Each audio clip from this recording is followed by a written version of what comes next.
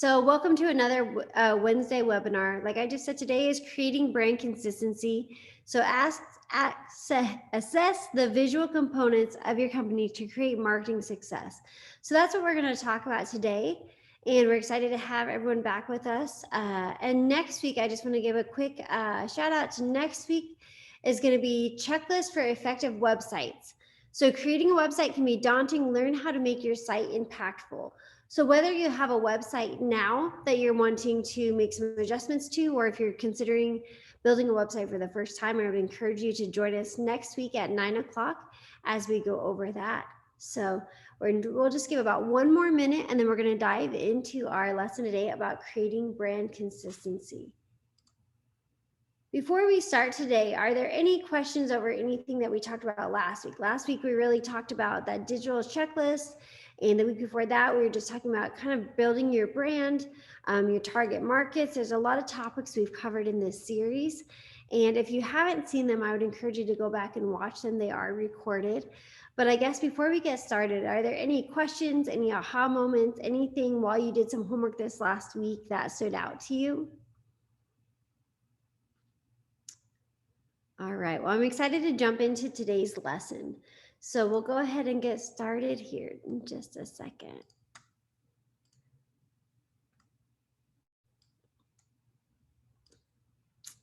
All right, so whenever we talk about branding, there's always, I know we've talked about it before, what is a brand? And that's one of the questions that we at Tally handle every day.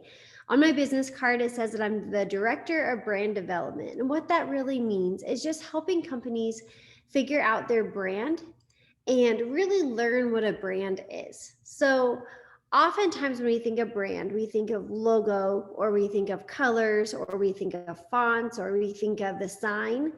And while obviously your sign is somewhere that you display your brand, what we've been talking about in these past few lessons is a brand really goes far, far, far beyond a logo. A brand is really the trust that you build with the customers. It's really how they feel from the first time they call or walk in the door all the way until they have their product or their service completed or in their hand. And so there is so much that goes into a brand. Just like a personality of a person, there's a lot that goes into your personality. How you handle different situations, how you answer your phone, how messy your room is. Those are all pieces that go into your brand as a person. And your company has its brand as well. And there are so many pieces that go into that.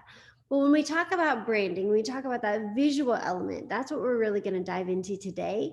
And that is one way to build trust, is through consistency in your visual brand.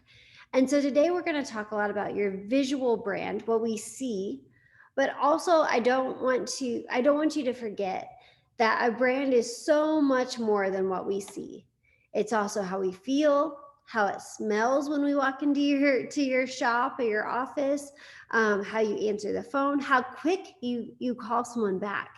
If it takes you a week or 2 weeks to call someone back, that's a part of your brand. I don't know if anyone's ever tried to have home improvements done, or maybe you needed a new roof or things like that. And when you call and they don't call you back, that's very frustrating. And that's a part of that company's brand. Now, that has nothing to do with their logo. They can have the nicest logo in the world, but if they don't call you back, their brand is suffering. And so today, again, while we don't want to ignore all the other pieces of your brand, today we're going to focus on those visual aspects. So please feel free, if you have a question, you can sure unmute yourself and ask, or you can raise your hand with the little emoji and I will sure get to you as soon as we have a little break. But I really want this to be an interactive time with time for questions at the end. We also do have a chat box if you'd rather enter your questions in there. So again, I hope you have a pen and paper, and we're going to go ahead and jump in. So again, today we're talking about creating brand consistency. So number one, where do we even start? That's a good question, right?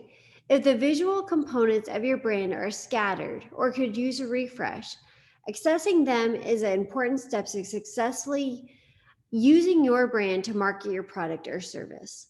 So we want to make sure that you have these elements and that you have them handy. I don't know if anyone's ever asked, let's say that you're going to put your ad, let's say that you sponsored a ad in a program for a school play. the first thing they're going to say is, yep, can you email us your logo? So we really want to make sure that you have that handy. So you're going to want to have a folder somewhere handy on your computer that has in this box your logo, if you have one, your color palette. We're going to go into that a little bit further, but ideally your color palette, your typography, which is your font, and your commonly used graphics. You're also going to want to tell them how you present the products or services you sell. So if you have an address, if you have an email address, if you have a website, and then your overall tone of voice. Again, are you funny? Are you sincere? Are you an expert? Those are all part of your brand and are going to come across in different ways that we're going to talk about today. It is very important that your marketing materials are consistent in their implementation of these elements. Creating a set of brand guidelines can be a great asset in making sure your hard work is organizing and defining your brand is carried across all marketing. So at Tally, we create brands every day, and we do not let a logo go out the door unless it has a branding guide. Now, oftentimes people say, well, can I cut some dollars off and not have the branding guide, just the logos? And we say no. If you think of it this way, that if you buy a car, the car is the product, but the manual is what's going to help ensure that your car is running right. Now, maybe even if you don't have the manual, the mechanic does, right? So think of your branding guide the same way. If you need to make small changes or use your logos in small ways, you can use that branding guide as your manual to tell you what colors to use, what font you use. We call it a hero font as your first font, and then oftentimes secondary fonts or complementary fonts. But you're going to want to know all of those things so that when you're using your logo, it's staying consistent. But just like a car mechanic might use the manual to that car to get more details, anytime you send your brand off to be printed, maybe you're getting a car wrapped, or maybe you are putting it on a t-shirt or into a flyer for something you're sponsoring, you want to attach that brand guide PDF with it. And that's the manual for that logo. So it'll tell the print shop or the company, whoever's reprinting that logo, exactly what colors it is, exactly what font it is, exactly how it should be used or stretched or not stretched. So that if it comes back wrong, let's say that your logo is purple. Purple's a very hard color to match perfectly. There are so many purples. There's blue purples and red purples, and it's all over the board. So let's say that your logo is purple and it comes back a completely different purple than you use, but you sent that branding guide. That's kind of your insurance policy to say, hey, this isn't right. Not only did I send you the right file, but I also sent you this branding guide. And oftentimes, if they did not use the guide or they did not, respect what was in it, they may have to remake that for you at no cost, or at least you have a little bit of an insurance policy. So that's a lot different. Again, think of it like a recipe. That might be another way to look at it. If I just told you make chocolate chip cookies, and then if they came back and I said, oh, these aren't the kind I like, they're too hard or too soft or too chocolatey, whatever it is, you're going to say, well, I did my best with what I had, right? All you said was cookies.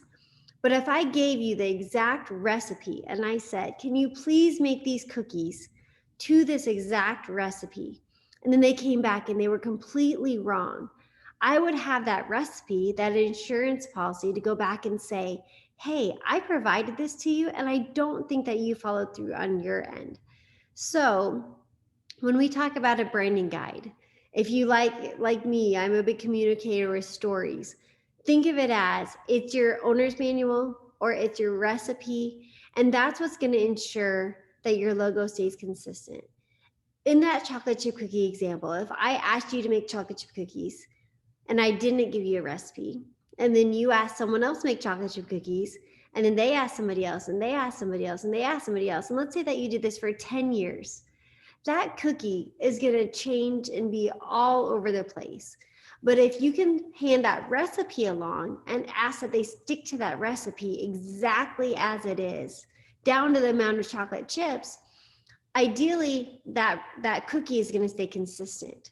And just like you have trust in that recipe, that grandma's cookie recipe that always tastes the same, you're going to have trust in your branding, in your visual branding as well. So I hope that helps give you kind of a example in your mind of why that branding guide is important and why we will not hand off a logo or a brand without that branding guide. Because again, it's like asking someone to recreate it without giving them the recipe. So in the branding guide, this is one example of what might be on there.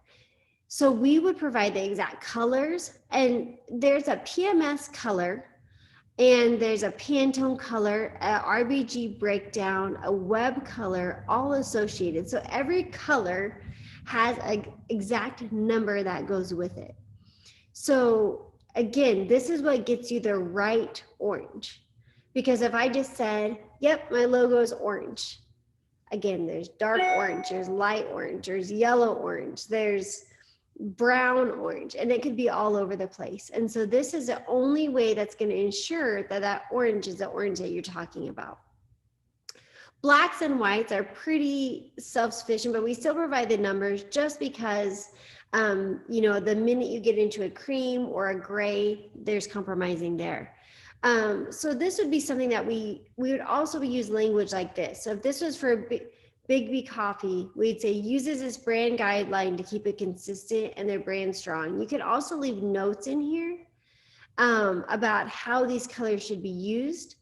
Sometimes if we have multiple colors, like let's say we have a main color that's maroon and an accent color that's navy, we will say in that branding guide, the maroon should be used 75% of the time, the navy should be used 25% of the time. So if I get that branding guide and I'm going to be creating, let's say, an annual report for that company, that tells me right then that even if I like the navy better, it clearly states that the navy should be used 25% of the time, and I can keep that consistency throughout the next project that I work on. So again, that's another way. The more notes or details you can add, the better, and that's going to help keep your brand intact.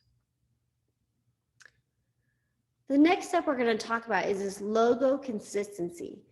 So defining and maintaining a consistent logo treatment is the most straightforward step to get brand consistency. Your logo should always appear in the same style and color across all websites, social media, flyers, and apparel. There may be a need to have minimal versions of your logo, a black, a white version of the logo, but there should not be a different design for every use. So with this, again, you may have different variations. You can see in this sample here that would be in the branding guide that we have a vertical version, a horizontal version, and then an icon only version. So while these are different formats, the logo itself is intact and maintained. So you can see in this little box here with the arrow, literally pulling a page from the Big B Coffee branding guide, we can see how logo treatments are defined to allow various treatments, but on the whole work together to maintain consistency. Designing according to the brand guidelines create a product that is immediately recognizable. So no matter how we see this logo, whether it's vertical, horizontal, or the icon only, we can still know that the logo is the same and that the company is the same. And that's really how we build trust. Are there any questions over those first 2 points? Now, sometimes we get the question of, well, what if I want to make my logo pink for, let's say, Breast Cancer Awareness Month? Can I do that even though my logo is orange? That's a good question, right? Our answer to that is you always, always, always keep your logo consistent unless, here's kind of the way, when you would break that rule. Unless there's a defined, definite reason and timeline why to change it. Does that make sense? So we're always going to keep the logo the same, but let's say that February is Breast Cancer Awareness Month. So for the month of February, we're going to make our logo pink and we're going to put it with the breast cancer ribbon and we're going to raise money for breast cancer awareness. As soon as February is up, we're going to go back to that regular logo and our regular branding. Now we see this done in the NFL, we see this done with McDonald's, with all different companies. Right now with Ukraine at war, you see a lot of things switch to that yellow and blue. Now that's done with intention, it's done for a time period, and it's done for a cause or a reason. A company that was orange didn't just decide to change it to yellow and blue. They did that to bring awareness to Ukraine, and that's probably spelled out somewhere in their messaging. And so think of that. Let's say that your logo is that orange, and you have an employee that says, well, I don't like orange, so I'm going to put it on a blue shirt. Okay, but does that have a defined reason and a defined timeline? Now, the reason might be they don't like orange, but that's not a good enough reason. And so those are the things where we say, nope, I'm sorry you don't like orange, but you have to stay consistent with your company. For that reason, as we're picking out logo colors with companies just building their logo for the first time, one of the things we ask them is, what color do you like to wear? If you had to wear a polo or buy a tablecloth or buy balloons, what colors are you naturally drawn to? Now, if you're starting your own company, you have some say in that. Now, if you're joining a company, you have no say. So if you don't like orange and everything they wear is orange, you just have to kind of go with it. But that's one of the benefits of being an entrepreneur or working in a small company is you may have some say in that. So again, if you're building a logo for the first time, you don't naturally have to go with your favorite color, but if you do, odds are you're going to have more of that color in your wardrobe, in your decor, things like that. So keep that in mind. And also, again, keep in mind how much. At Tally, our color is teal, but we also only use it about 25% of the time. So while teal is our color, we're shifting more to the grays and whites and having the teal as an accent versus having everything we do in teal, just because it gets a little bit overwhelming and it's really not quite who we are as a brand anymore. That's kind of shifted. And so again, that branding guide can shift, but you're going to want to define it. All right, are there any questions before? We're going to talk about logo here just a little bit more.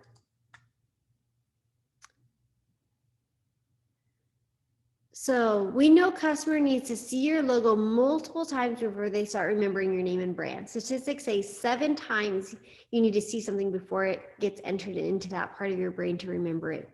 If your customers see a different logo every time, they will never recognize your business. So here's an example of Smith Manufacturing, and they use a slightly different logo, over and over. So using a different logo treatments is not only confusing to your customers, it can lessen your credibility. So these first two here, even though the icon is the same, the font is different, which just causes a little bit of confusion. Again, sometimes these are minor changes, but still, if you see this over and over, it's gonna not only be a little bit confusing to the customer, but then let's say you're gonna go get a new hat made. Which of these logos do you use, right? We were working with a company that had something very similar to this, where the essence of the logo was the same, but they kept changing it. Every time someone needed a logo, the logo had a lightning bolt and then the company name. It was a power company. And every time someone needed a logo, we joked that they just found a lightning bolt and wrote this font, wrote the text. But over years, let's say 50 years, they had so many variations.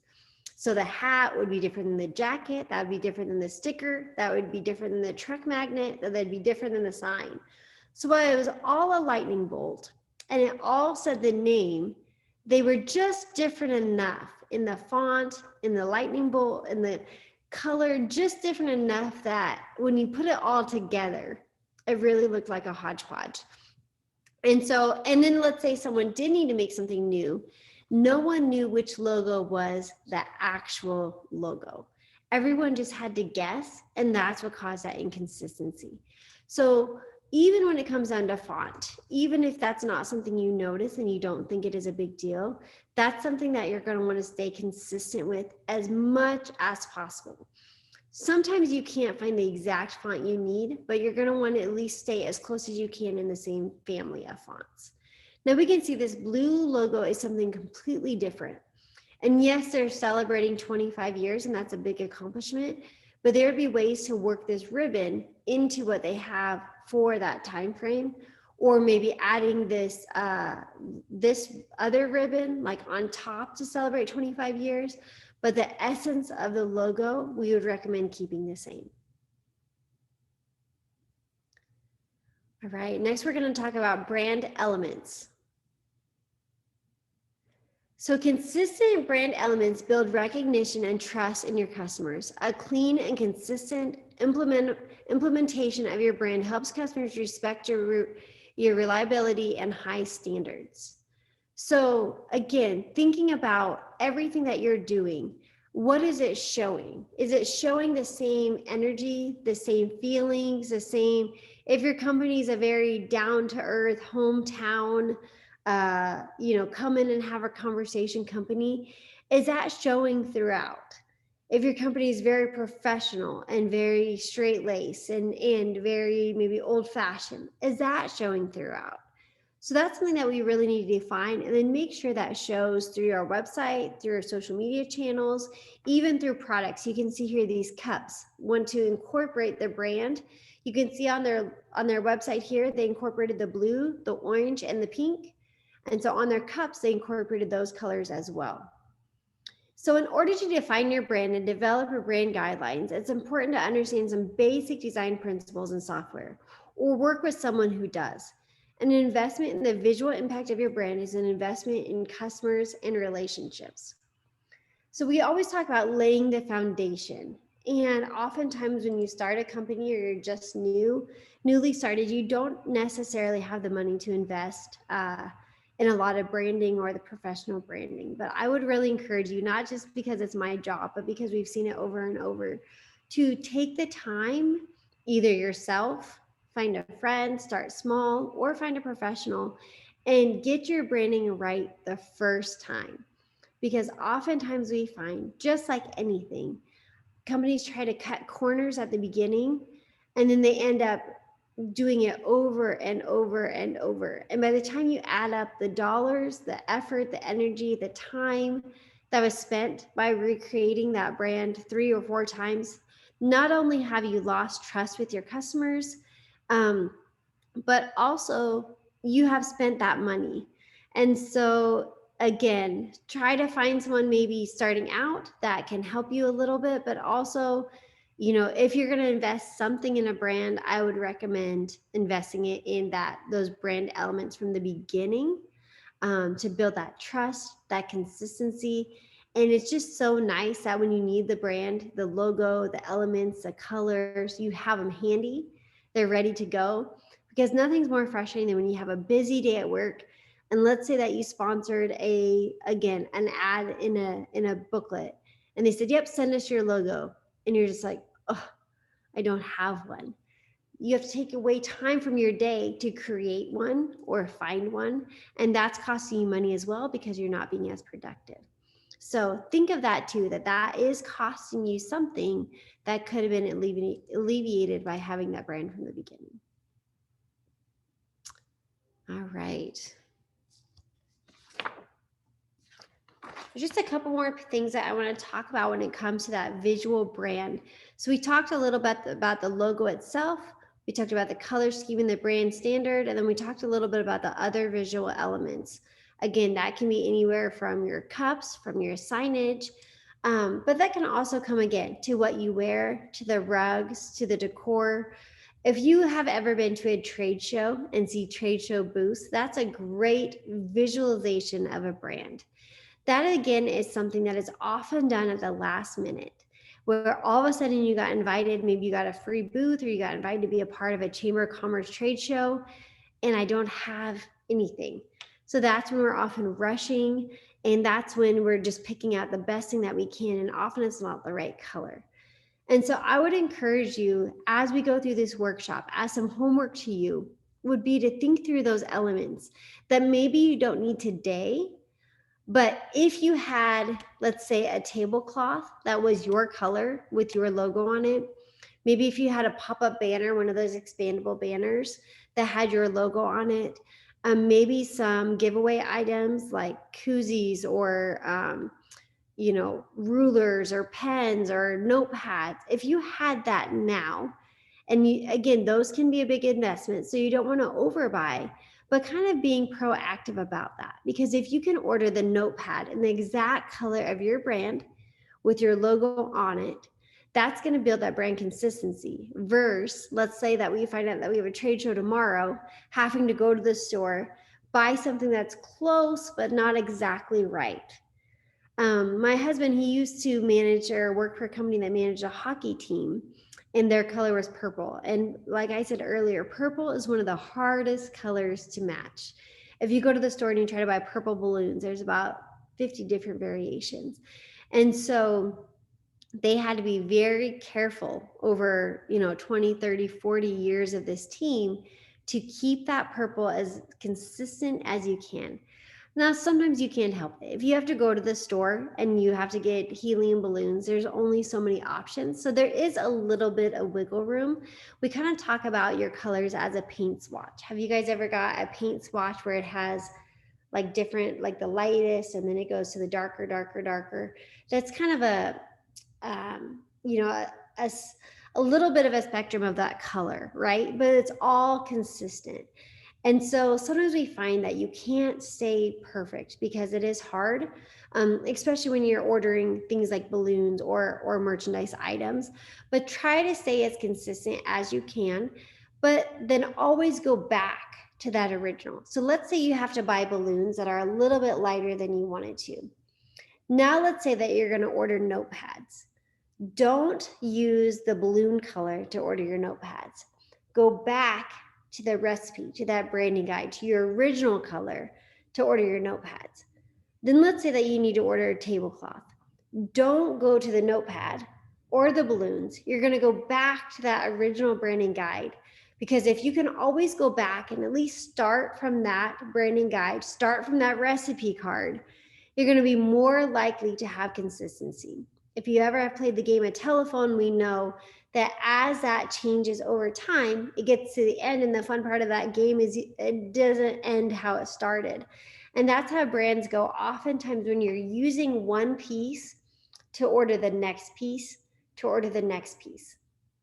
And so as you take the time talking about paint swatches, that is a great way to pick your brand color. We have a Pantone book that we use to choose colors here, but it's really nothing much more than glorified paint swatches. And so let's say that you're trying to pick out a brand color and you just don't quite know what to pick. Go to your Home Depot and look at the colors and look at colors that you like. And then kind of depending on your budget and availability and what you're going to need printed, there's a few recommendations from that. So if you are wanting to stay a little bit on the budget friendly side, I'd recommend picking a primary color that's going to be easy to find in most products. That's going to be your red, your blue, your green, things like that.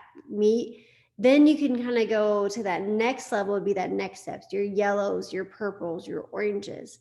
Those are going to be a little bit harder and maybe a little bit more expensive to find.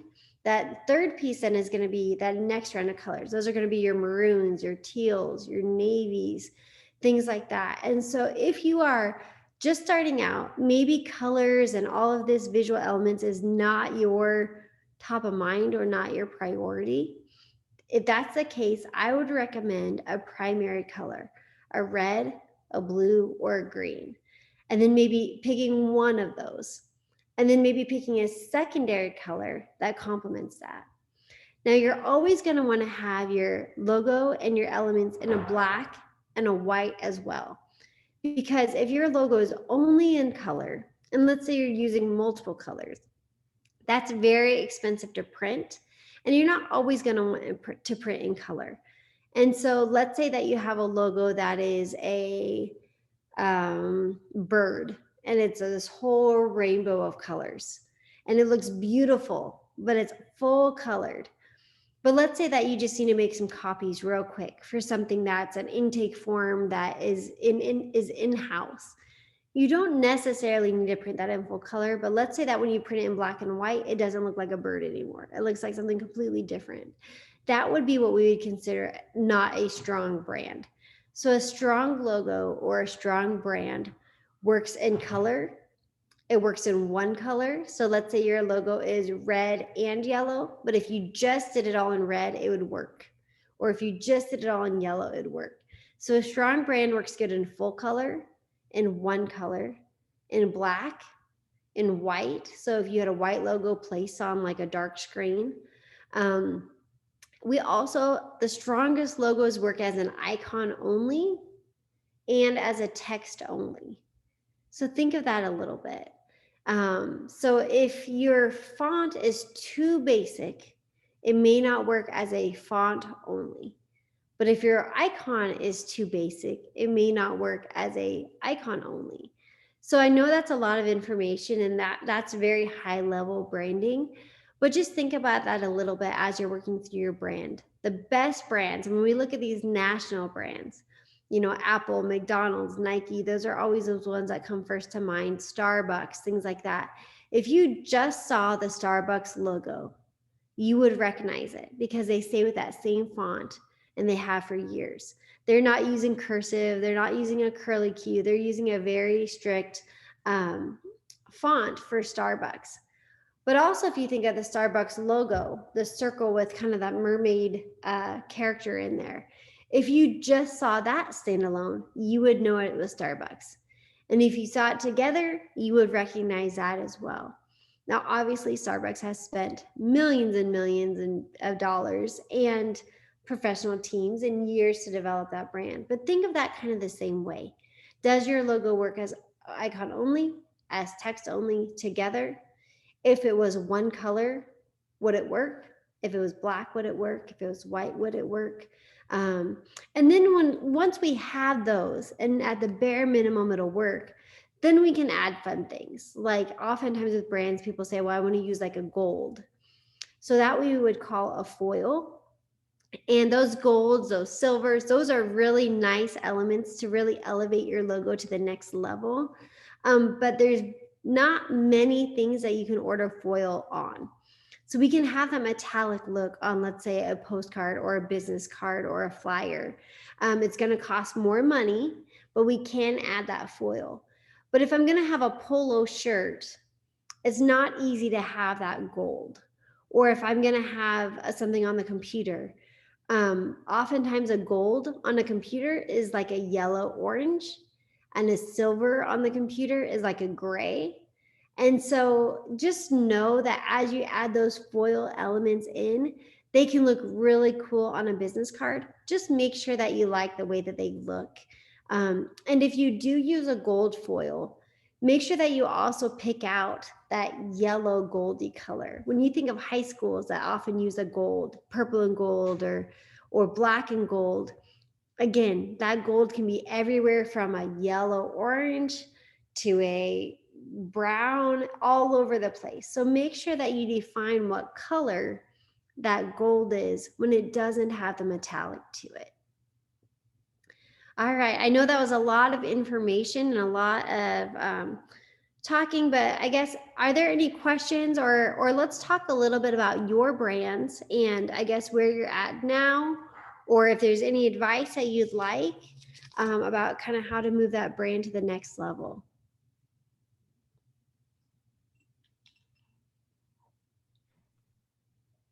My logo is pretty simple. Our color is black, white, and yellow. The logo is yellow, so it's just a big giant W. Okay. Have you And ever defined what yellow that is? no, I paid someone to draw it up for me, and she didn't say what kind of yellow it was. I think it's just it looks like just a basic yellow. Yeah. What I would recommend is I would go to like a hardware store and look at paint swatches and find the yellow that you think it is as close as you can. Just so then, let's say you ever are going to do anything, paint a wall, buy a tablecloth, get a car wrapped, you have that swatch to kind of go back to. That's a free way to kind of pick that yellow. Because if you have someone else, let's say that I'm going to design a business card for you, everyone's interpretation of yellow is different and everyone's favorite, even it's odd that we don't really realize, but our eyes are calibrated differently, just like computers are different. And so it's kind of hard to wrap our head around, but everyone sees colors differently. So the way that I see a red is different than the way you might see that red. And so, yeah, even if you have that yellow, I'd recommend going to a hardware store next time you're there and just looking at paint swatches and just picking up one of the free samples and saying, okay, this is my yellow. And that would be a great first start to kind of build out that brand guide and the brand consistency. Okay, that makes a lot of sense. And then as far as your logo, do you have different file types? So when someone designed it for you, do you have like a PNG or a PDF or a JPEG or different versions of that file? Yeah, I got two versions. That way, if I ever want like a hat made, I could take it, send it off, in a PDF form and a JPEG. Good, perfect. And that's what I would always recommend. If you have a file made, or even if you make one yourself, make sure to export that as different versions. A PNG version is going to give you a transparent background. So let's say that I wanted to put my logo right here on the screen. If I have a PNG, it's going to be like the logo is floating. Where if I have a JPEG image, that's like a photo file, I would have to have like a white box or like a box around it. So my logo couldn't be floating on its own. And then if I wanted to print it or email it, a PDF typically transfers the best and keeps its dimensions the best so it doesn't get stretched. And so there's reasons to have different file types. And so if you're creating a logo yourself or you're having someone make it, I would really ask them to provide at least a PNG and a JPEG are the two most common. You can also have an ESP file. There's different file types. You could have a CMYK and a RBG and a black, a white. There's different file types. So I would always recommend asking for as many as you can. Oh, there's your logo, Richard. Very cool. Yeah, that's a great logo that again would stand alone with just the W and then works as a full logo as well. Yeah, and I like how you have it behind you as well. Yeah, right there. So that shows it again just as a standalone. And I like how you mentioned putting it on a hat because we talk about that a lot with your logo. You're more likely to wear it, to be proud of it, to use it if it's something you like. And so, think about that. Would I wear this on a t-shirt? Would I wear this on a hat? Now, again, if you're joining a company, you don't have that say. But when it's your own company or you're starting a company, you can think through that or even think through that for your future employees. Would they wear this? Because if they wouldn't, then it's odds are you're not going to have that free branding and that free marketing, as you're out and about, as you would if they like the logo itself. All right, we have a few more minutes. Are there any other questions or any other aha moments that came up during our talk today?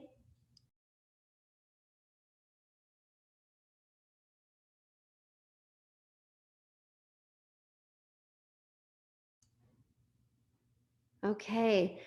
Well, if there's no other questions, I'm going to go ahead and pull up what our class is next week. And I'm also going to share our notes from today in the chat box. And so if you would like to download these notes, it's a great way to go back later to follow up with them. And so as I'm pulling that up quick, again, we'll open up for any other questions. And next week, what we're going to talk about is a checklist for effective websites. And so again, if you have a website now, this is a great checklist to go through and just make sure that you're in a good place. If you don't have a website, these would be good notes. Even if you're just in the planning phases, that's okay.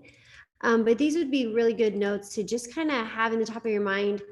Oftentimes with websites, they can seem overwhelming, but checklists like these should help you really understand what's needed, and you can always start small. The beautiful thing about websites is that they should be at their best a living, breathing marketing tool. So we never recommend building a website once and then never touching it. Your website should be something that at least quarterly is a living, breathing, changing, we call them evergreen tool. And so So that helps them not be overwhelming at the beginning if you know that you can get in there and make changes. And ideally, your website should adapt as your company grows and adapts as well. And so next week, again, no matter what phase your website is at, or even if it's somewhere down in the future, I would encourage you to join us if you have other friends that are, are possibly in that website stage. I would encourage you to have them reach out to Pete Upton with Native 360 or CDFI Network, and they can get connected to this class as well. So I would encourage you to go back and watch other webinars that we've done in this series. We have just 2 more to go.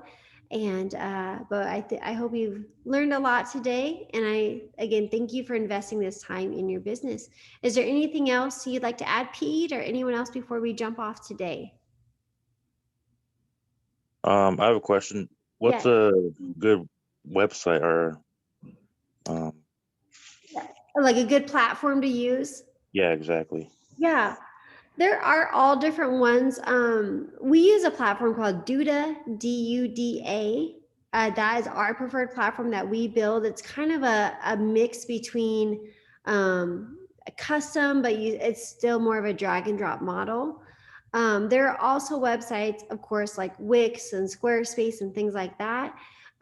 We would just really encourage you that some of those sites that seem free or inexpensive, by the time you really get into them, can be pretty expensive.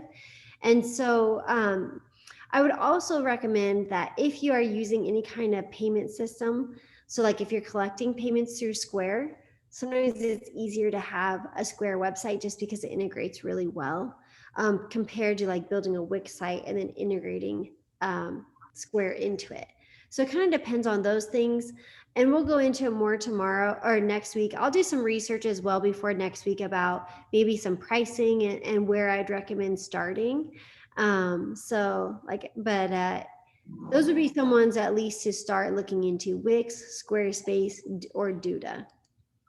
Yeah, because when I first um I went to LegalZoom for all that, and what I didn't know, it was $350 for the business name, a bunch of other fees, and then 2 weeks later they took out $450 out of my account for it was like some Google workshop I never signed up for. Yeah. Yeah, sometimes you have to be really careful with those because they do have those, free trials, or maybe you had to cancel something, or Yeah. maybe sometimes they seem free when you're getting going, and then by the time you add on everything you need, it's really, more expensive than you realize. So I'll do some research this week on what I would recommend for kind of an entry level website, um, and what that would look like, because websites, just like logos, it's going to cost you more if you have to redo it over and over. And so we want to make sure to get you on the right foot, at least for this first stage of your business, and so that you can get money coming in versus spending all the money going out the door. Okay.